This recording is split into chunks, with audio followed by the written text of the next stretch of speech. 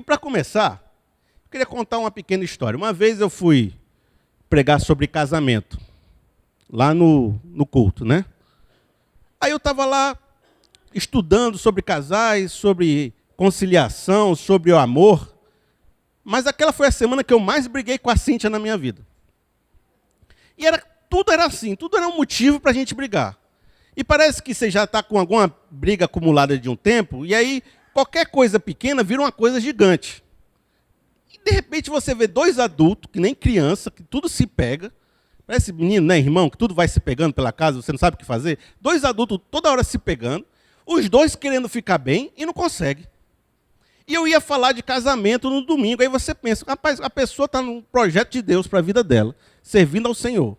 Vai falar sobre casamento, e com o casamento brigando toda semana, que autoridade essa pessoa tem, né? Que eu vou ensinar para os outros aquilo que nem estou fazendo na minha casa? Aí eu percebi assim, rapaz, sabe o que é? Eu estou achando que tem uma coisa pior aqui. Eu comecei assim, eu sou uma pessoa muito normal, assim, muito secular. Eu falei, mas acho que o demônio está agindo aqui na minha casa. Eu não sou muito de pensar essas coisas, não, mas de vez em quando a gente, né? Pô, será que não estou dando brecha aqui para o cão, o inimigo aí das almas da gente, fazer alguma coisa? Rapaz, eu estou sentindo, porque a gente quer se ajeitar. Está tudo bem, eu estou fazendo a obra do Senhor e não consegue ficar bem, tem um negócio aqui que eu não estou conseguindo enxergar, estou conseguindo ver. Aí eu comecei, né, dar uma de neopentecostal, eu repreendi na minha casa, sai daqui, em nome de Jesus, está derrubado, vamos embora. Fiz lá, na hora que aperta você faz. Não é não? Já apertou alguma vez na sua vida, você fez? Não? O Senhor está repreendido em nome de Jesus. Aí repreendi e saquei que tinha um negócio ali. Como eu saquei que tinha um negócio ali, eu falei, também não vou mais brigar, só de mal, só para resistir ao Satanás, ele vai fugir de mim. Não vou brigar, sabe por quê? Porque eu sei que já não é mais eu. Está tendo um negócio aqui, eu vou esperar. Aí preguei, domingo. Foi uma pregação assim, maravilhosa. O Tasso veio 2 vezes, né, Tasso? Ele veio de manhã e veio à noite, que eu repeti a pregação, ele veio 2 vezes. Tu errou, foi, Tasso? Não, é que eu quis vir 2 vezes mesmo. Aí preguei, foi bom, não foi, Tasso? Foi legal, né? Eu estava brigando aquela semana todinha.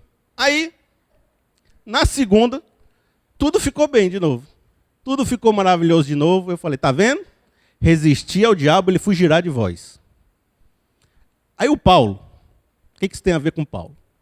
O Paulo vai sair na viagem missionária, e ele vai encontrar uma oposição espiritual na frente dele. O cara começa a fazer a obra de Deus, e parece que quando você começa a fazer a obra de Deus, a primeira coisa que aparece é uma oposição. Vamos ler?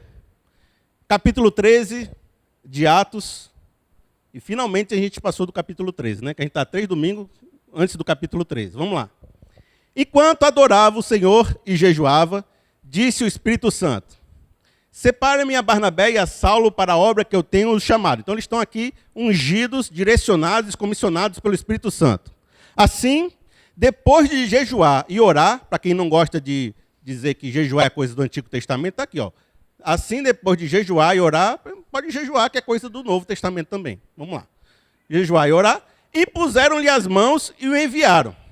Enviados pelo Espírito Santo, desceram a Seleucia e dali navegaram até Chipre. Chipre é a terra natal do Barnabé, certo? Então o que eles pensaram? A gente vai para o mundo grego, mas vamos para um lugar primeiramente conhecido por algum de nós dois? O Barnabé morava em Chipre, já tinha um conhecimento, nasceu lá.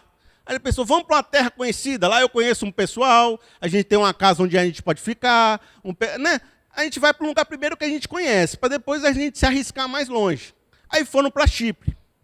Aí diz assim, chegando a Salamina, proclamaram a palavra de Deus nas sinagogas judaicas. Ponto. João estava com eles como auxiliar. Viajaram por toda a ilha até chegar a Pafos. O importante aqui é o que o texto não disse. O texto não disse que teve conversão, discípulo, manifestação, não teve nada. Porque o grande barato do livro de Atos é dizer que alguma coisa aconteceu, né? E várias pessoas se converteram, várias pessoas foram alcançadas. Quando você diz que nada aconteceu, nem menciona, é porque vamos esquecer essa semana? Vamos esquecer esses 10 dias? Que não serviu de nada. Foi trabalhando, pregando, não teve uma almazinha que se manifestou ali, que quis se converter. Era quando você está fazendo a obra de Deus, não vê resultado nenhum na sua vida, você começa a pensar, rapaz, será que eu estou no canto certo mesmo? Será que não foi suspiro de Deus e não inspiração de Deus? Né? Será que foi arrepio, não foi palavra de Deus? Me arrepiei, mas não era Deus falando. Mas aí, eles encontraram em Pafos, que era a central militar política, era ali onde estava assim, a governância. Aí eles encontraram em Pafos um judeu chamado Bar Jesus, que praticava magia e era falso profeta. Aí você começa a perceber que quando o cara vai para os gregos, para os pagãos, começa a encontrar um negócio diferente que encontrava em Jerusalém, né? Magia, falsos profetas, misticismo, uma religião meio misturada, meio confusa. Ele era assessor do procônsul Sérgio Paulo. Então tinha o chefão da região e tinha um judeu embaixo dele que fazia magia e falso profeta, certo? Que ficava aconselhando ele. Sérgio Paulo, sendo um homem culto, mandou chamar Barnabé e Saulo porque queria ouvir a palavra de Deus.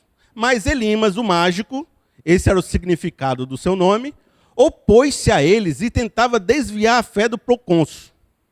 Então, Paulo, fazendo a obra de Deus, aparece agora um opositor e tudo que Paulo falava, ele tentava desviar a fé do Paulo.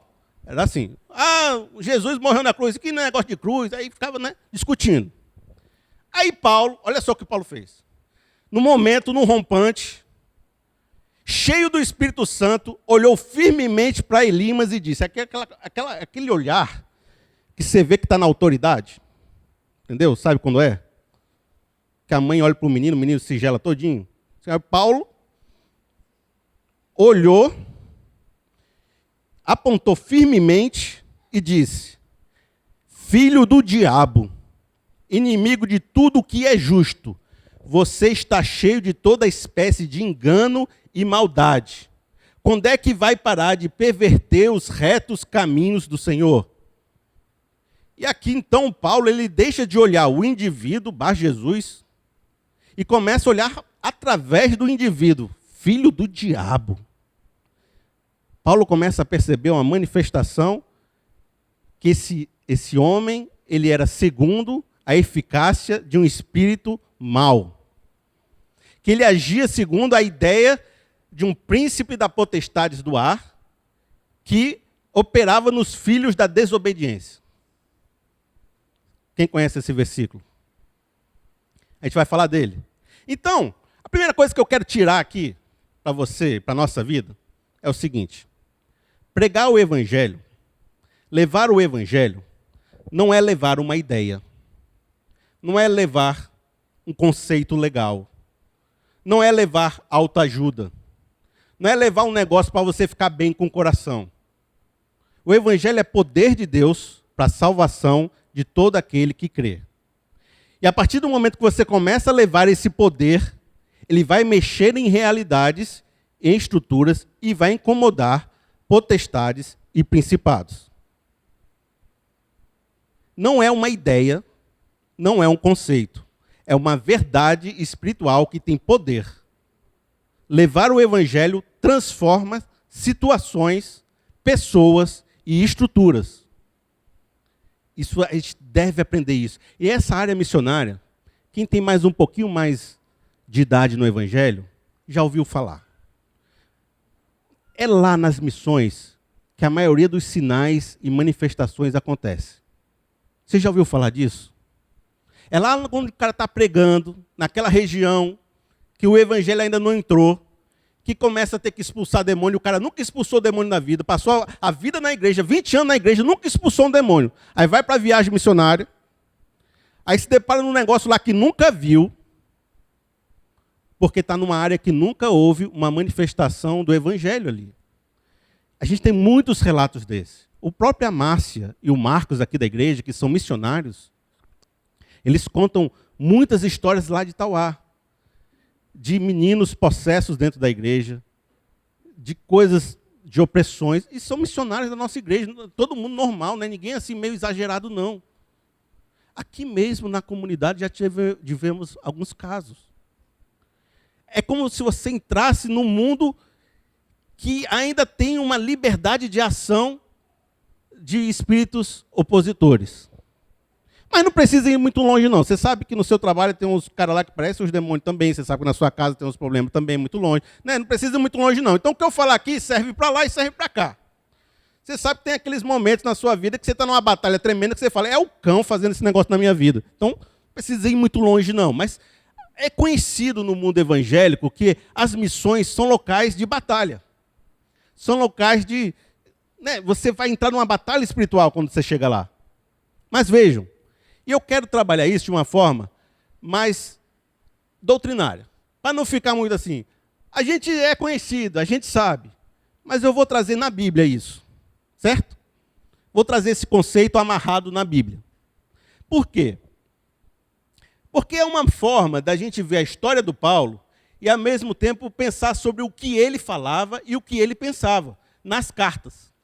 Porque muito da vida de Paulo não está nas viagens, não está nas histórias, está naquilo que ele escreveu. Então, você vai ver várias cartas do Novo Testamento com pensamentos do Paulo. Então, quando ele estiver parando em alguma coisa, ou ele bater em alguma coisa que eu dei para associar com alguma carta dele, eu vou fazer, certo? Aí a gente vai estar vendo a história, aí de repente vem uma situação que eu posso dar uma puxada aqui, e a gente amarra um conceito legal na sua cabeça. Vejam só o que diz Efésios. Diz assim. É uma compreensão de Paulo sobre o mundo ao qual ele está entrando. Vocês estavam mortos nas suas transgressões e pecados, nos quais costumavam viver, quando seguiam a presente ordem desse mundo.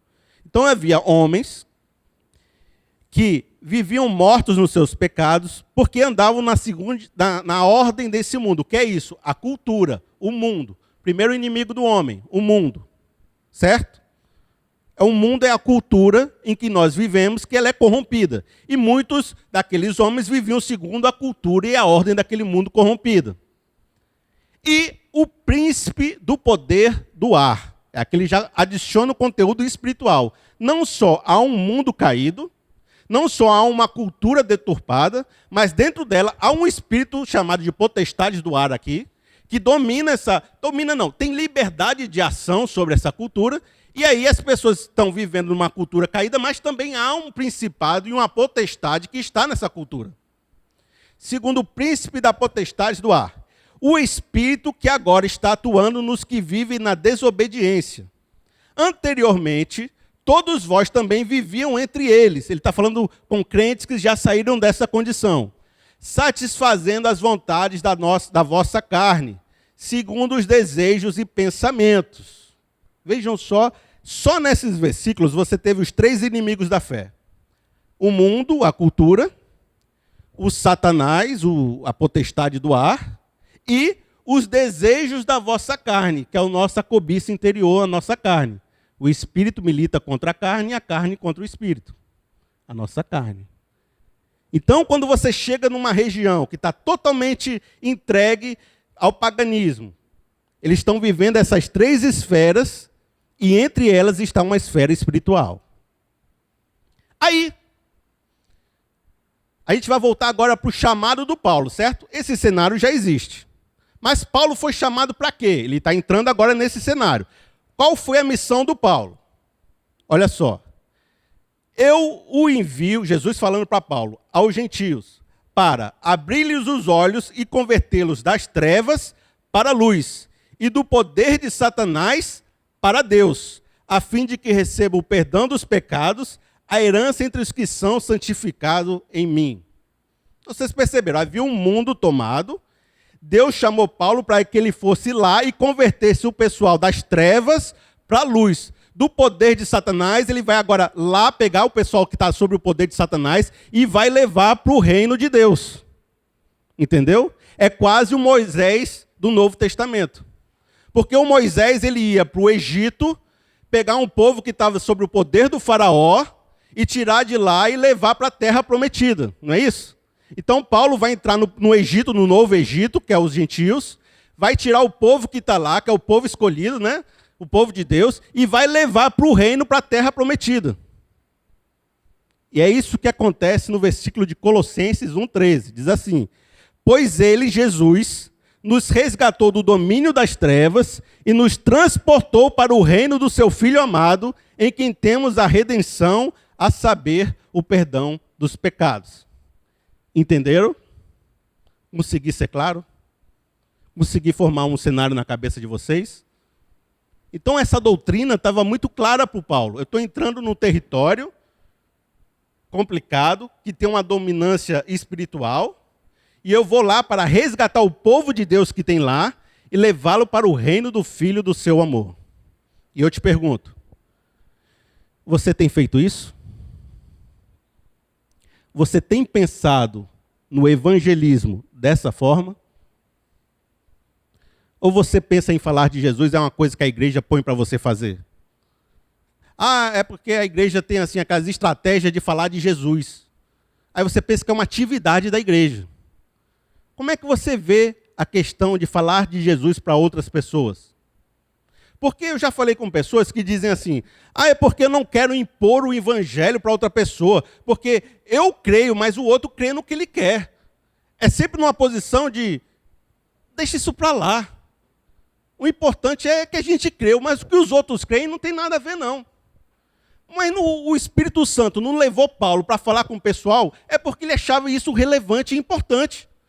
Deus tem interesse em resgatar pessoas dessa prisão. Você tem? Isso é uma chama no seu coração? Ou você está meio, sendo sincero, você está meio acomodado? Não tem assim um louvor legal para a gente cantar, não? Assim, um pequeno grupo para a gente fazer uma festa lá, mas falar de Jesus é uma coisa que está tão distante de mim. Está tão distante. Você tem essa consciência que falar de Jesus é levar um resgate a esse cara que está aprisionado nas trevas para a luz? É resgatar essa pessoa do domínio do faraó para levar para uma terra prometida? Esse é o primeiro questionamento que você deve fazer. Você deve desafiar sua mente. Aí, a gente percebe que apesar de ter esse ser espiritual agindo, o Paulo fala com uma pessoa, né? Então, a grande maioria das vezes, você não vai falar com o diabo, não. Você vai falar com uma pessoa que está lhe impedindo de fazer a obra de Deus. Ou com situações que estão ali se lhe opondo. A grande parte das vezes, tem um homem envolvido. Ainda que ele haja conforme os desígnios de Satanás, você vai falar com aquele homem, você vai enfrentar um homem. Por isso que muitas pessoas dizem, o homem já faz tanta coisa errada que eu não preciso nem falar com Satanás. Se eu consertar o homem, o Satanás vai para lá. Mas, às vezes, a manifestação de Satanás vem através da boca de homens. Aí você vai ver o que o texto diz. Ele diz o seguinte, Bar-Jesus era um judeu. Vejam só, um cara que conhecia Deus. Nasceu na aliança, circuncisado, conhecia a lei. Bar-Jesus era um judeu. Agora, o nome Bar-Jesus significa filho de Jesus. Já pensou? Um homem chamado filho de Jesus, judeu, agindo por meio de Satanás. Olha só o que mais diz o texto. Praticava magia e era falso profeta, cheio de toda espécie de engano e maldade, e tentava desviar a fé do procônsul. Sabe o que Paulo fala sobre isso? Vejam esse texto, que espetacular. Acho que esse texto é aquele que a gente tem que marcar na Bíblia da gente. Olha só o que diz. 2 Coríntios 11, 13. Pois tais homens são falsos apóstolos, obreiros enganosos, fingindo-se de apóstolos de Cristo. Isso não é de admirar, pois o próprio Satanás se disfarça de anjo de luz. Portanto, não é surpresa que os seus servos finjam que são servos da justiça. O fim deles será como as suas ações merecem. Aí a coisa complica, sabe por quê? Porque às vezes não dá nem para confiar com quem diz que é de Deus. Eu acredito que tem muitas igrejas que está cheio de gente precisando se converter ainda nessas igrejas, porque o evangelho que prega lá não é o evangelho. É um evangelho cheio de engano. Tem nome de igreja, tem nome de filho de Jesus, parece ser santo, mas está praticando engano. parece ser de Deus, mas não é de Deus. Não foi assim Judas? Se você vivesse na Galiléia, vivesse lá em Jerusalém e visse Judas com os discípulos, o que você dizia? Um homem de Deus, andando com Jesus. Ele é tão importante que ele cuida das finanças de Jesus. Ele era tesoureiro de Jesus. Você ia dizer o quê? Esse homem que cuida do dízimo de Jesus é fiel. Né? As finanças de Jesus, era a bolsa de Jesus, ele recebia as ofertas e Judas cuidava das ofertas. Você já vê aí que oferta é um negócio na igreja que sempre está na mão de um pessoal complicado. Aí o Judas estava lá, você olhasse de longe, você dizia, rapaz, aquele é um homem de Deus. Mas aí diz a Bíblia que Jesus fala, olha, eu escolhi os 12, mas um de vocês é o diabo. Lá na frente, quando Judas traiu Jesus, diz que Satanás entrou nele. Vocês já viram esse versículo na Bíblia? Satanás entrou em Judas. Diz um momento na Bíblia, olha só, isso aqui é espetacular. Estava a mulher lavando os pés de Jesus com perfume. Aí Judas, ele chega assim e diz, por que a gente não vende esse perfume e dá dinheiro aos pobres? Olha só a voz do Judas. Ele queria fazer ação social. Não, vamos fazer uma coleta aqui para ajudar os pobres. Esse perfume aí está sendo gasto de uma forma errada. Aí sabe o que a Bíblia diz? Mas ele falava isso porque queria ficar com o dinheiro do perfume para ele. E aí, meu irmão, dá para confiar em quem disse que é de Deus? Dá? Será que dá para confiar em todo mundo que está dizendo que está falando em nome de Deus? Difícil, compadre. Você vai lá no... Falando de outra forma, você vai lá em Canidé. Tem uma época atrás que tinha um missionário nosso lá, ele estava conversando comigo. Ele diz, olha, eu percebi de coração, e todo mundo lá meio que percebe isso, que acho que 80% do pessoal que trabalha com a fé em Canidé está trabalhando meio que enganando as pessoas. De propósito. É uma cidade que ela tem orgulho de ser miserável, porque o pessoal que vai lá fazer a procissão vai fazer por causa de quer viver aquele sentimento mais sofrido. Aí o pessoal da região não deixava instalar lojas grandes, porque senão ia dar um aspecto para a cidade poderoso. Não deixava botar uma Macavi, uma Zeni, aí só ficavam as lojas da região, para continuar deixando na pobreza a região, para poder a romaria continuar. Aí o pessoal chegava lá, botava umas pedras na cabeça e fazia a procissão na pedra na cabeça. Meu irmão, aquela região vivia sobre uma ideia que tinha fé, né? Parecia que estavam servindo a um Deus, Jesus. Mas estava todo mundo escravizado na pobreza e na miséria. E os missionários tentavam chegar lá e libertar esse povo, e a complicação muito grande. E às vezes tem nome de igreja, tem nome de Jesus, mas não está enganando a fé. Vejam, 1 João 4,1. Amados, não creiai a todo o espírito, mas provai se os espíritos são de Deus, porque já muitos falsos profetas se têm levantado no mundo. Não creiais em todo mundo que está dizendo que está falando em nome de Deus. Provai se é verdade mesmo o que o cara está dizendo. Provai se é fiel à palavra dele.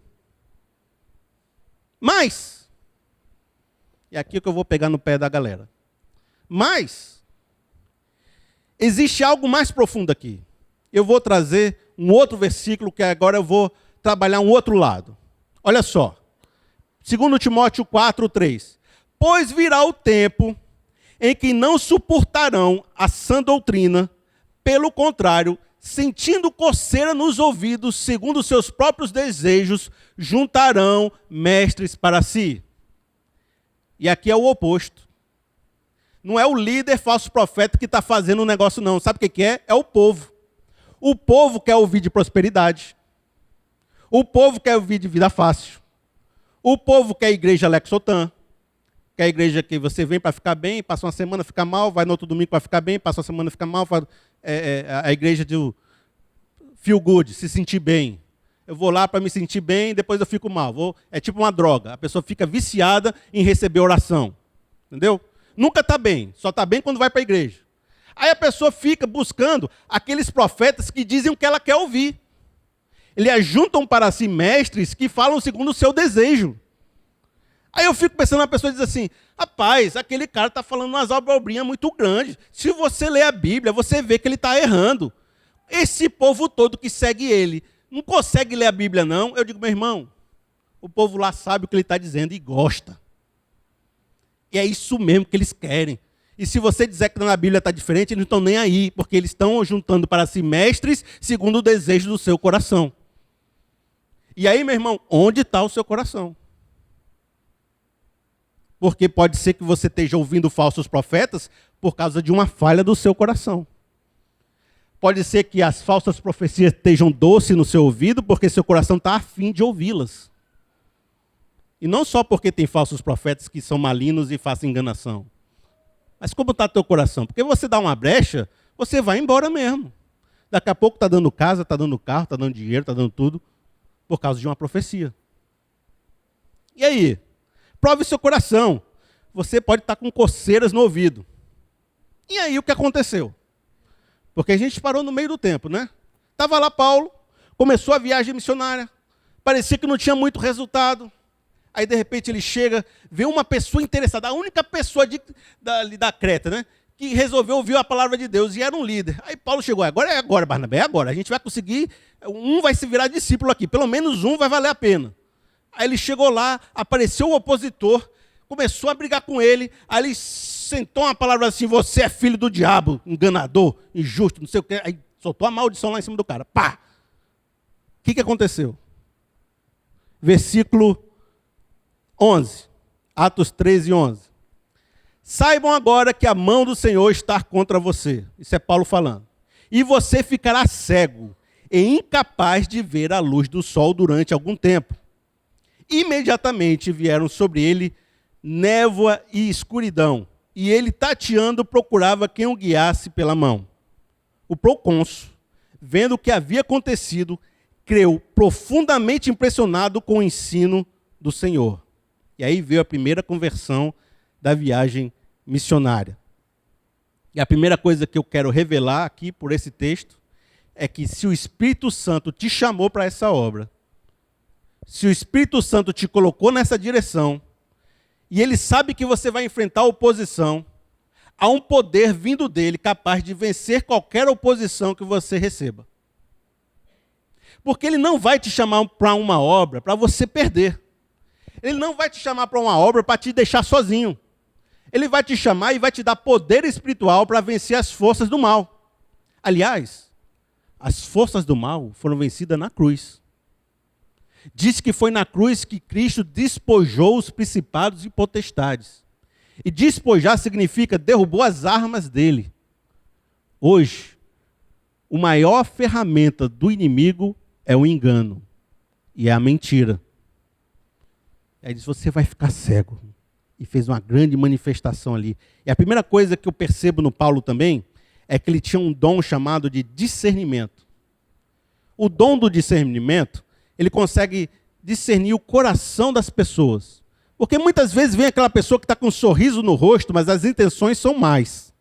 Que tem nome de Jesus, mas a intenção é errada. E Paulo percebeu que aquele cara vinha sobre filho do diabo, ele vinha sobre a ação de Satanás. Isso é um discernimento. Se você vê na história do Paulo, várias vezes esse discernimento é manifestado. Então, o discernimento, tem algumas pessoas aqui que eu sei que já trabalharam com isso, é a capacidade de discernir a intenção do coração e também discernir os espíritos. Possessão demoníaca também. São pessoas capazes de dizer que tal pessoa é o demônio que está falando, ou tal pessoa é ela que está falando. Em momentos de expulsão, isso é muito útil, entendeu? Que aí está falando, não é ele que está falando, não, é o demônio. Não, aí voltou a ser ele que está falando. A pessoa consegue discernir pelos olhos, pelas palavras, pelo dom espiritual. E tudo que eu estou falando é um negócio tão assim surreal para muita gente aqui, que eu vou perguntar para você algo que talvez você não saiba. Você tem um dom? Paulo tinha um dom do discernimento. Você tem algum dom? Você consegue assim identificar? Tenho. Você tem um dom? Que você diz que não sou eu, é o Espírito Santo de Deus na minha vida? É algo que foi manifestado, mas que quando eu faço, parece que há algo sobrenatural nisso. Um dia eu vou falar sobre isso, tá? Trazer uma mensagem só sobre dons, para a gente ver o que fazer assim, uma reflexão mais forte. Mas fica hoje aí a reflexão. Se você não tem, eu vou dizer que a partir do momento que você se envolver na obra de Deus, isso vai ser manifesto na sua vida. Vai acabar aparecendo e você vai perceber. Até que ninguém revele para você. Naquela hora vai aparecer, vai surgir. Mas o discernimento, ele é um dom chamado perene. O que é? Você tem discernimento toda hora. Você acorda com discernimento e dorme com discernimento. Você não tem assim um momento do dia que você teve discernimento. É que nem sabedoria. Você tem sabedoria durante toda a hora, né? Ou ensino. Você pode ensinar a Bíblia de manhã, pode ensinar a Bíblia à tarde, pode ensinar a Bíblia à noite. Não é isso? É um dom perene. Mas aqui aconteceu outro fato. O Paulo chegou e disse, você vai ficar cego. E já não dá para manifestar isso todo dia, né? Eu posso fazer, quem quiser ficar cego aqui a hora que eu quiser, pode? Eu posso curar a pessoa que eu quiser na hora que eu quiser? Então eu vou passar ali no hospital, vou curar uns 20 e depois vou para o trabalho. É assim? Não acontece assim não, né? Então tem dons que não dependem de você. Depende do momento especial onde o Espírito Santo te dá uma manifestação e ali você realiza, mas muitas pessoas dizem que nem sabiam o que estavam fazendo na hora. Foi o Espírito Santo que tomou ela e ela fez ali uma cura, ela fez ali uma manifestação que depois ela diz, rapaz, eu não sei o que deu em mim, na hora eu falei e a coisa foi. Mas se eu quiser repetir aqui agora, não faz. São dons que dependem do Espírito Santo e daquele momento específico. E tem até uma irmã, uma vez estava me falando, que estava ali no trabalho missionário, chegou um cara, bêbado, drogado, violento, e foi falar com ela, cheio da autoridade. E aí ela falou, agora que eu vou me lascar nela. Aí veio para cima de mim, a irmã morrendo de medo. Aí ele chegou e falou, você vai ficar calado agora. Ela falou assim, me calou. E você vai me ouvir. Aí o cara, o homenzão, grandão, todo drogado, parou para ouvir a pessoa. E no final do negócio, o cara estava dizendo que amava ela. Aí depois eu fui falar com essa irmã. Ele disse, minha irmã, você é poderosa mesmo, né? Você tem a força aí, o negócio forte mesmo. Ela disse, rapaz, eu nem sabia o que eu estava fazendo. Na hora veio um negócio assim, o Espírito me tomou, eu falei, era como se eu nem estivesse falando. Então existem dons que você pode ter na sua vida, que você usa toda hora. E existem manifestações que dependem do momento onde Deus quer atuar. Por isso que a gente diz, se você diz de forma certa, Senhor, faz um milagre hoje aqui, Senhor, vem com a tua presença, porque você não pode garantir que vai fazer, entendeu? Aquele pessoal que diz assim, hoje vai ter milagre, está exagerando. Você não pode garantir que vai ter. Assim, vai ter, você não pode. Isso pertence a Deus. A gente pode invocar, clamar pelo milagre, pedir, mas isso pertence a uma soberania de Deus. Que coisa, né? Qual é o seu dom? E na hora que você estiver fazendo o projeto de Deus para a sua vida, ele vai se manifestar. E coisas especiais também vão acontecer. Eu creio nisso.